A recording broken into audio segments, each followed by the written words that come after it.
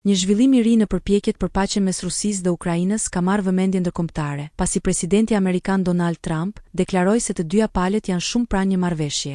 Deklarata e tij erdhi pas takimit të dërguarit amerikan Steve Witkoff me presidentin rus Vladimir Putin në Moskë, një takim që Kremlini e përshkroi si konstruktiv. Trump tha se shumica e pikave kyçe janë rënë dakord dhe i bëri thirrje palëve të arrijnë një marrëveshje në nivele të larta. Ndërkohë, presidenti i Ukrainës Volodymyr Zelensky nënvizoi se nevojitet presion i vazhdueshëm mbi Moskën për të arritur një armpushim të plotë dhe pa kushte. Raportimet sugjerojnë se propozimet e deritanishme parashikojnë që Ukraina të pranojë disa lëshime territoriale, përfshirë edhe Krimen, të cilën Zelensky refuzon kategorikisht ta njohë si pjesë të Rusisë. Bisedimet në Moskë, që zgjatën më shumë se 3 orë, janë cilësuar si shumë të dobishme nga ndihmësit e Kremlinit, duke hapur mundësinë për rifillimin e dialogut të drejtpërdrejtë mes Kievit dhe Moskës.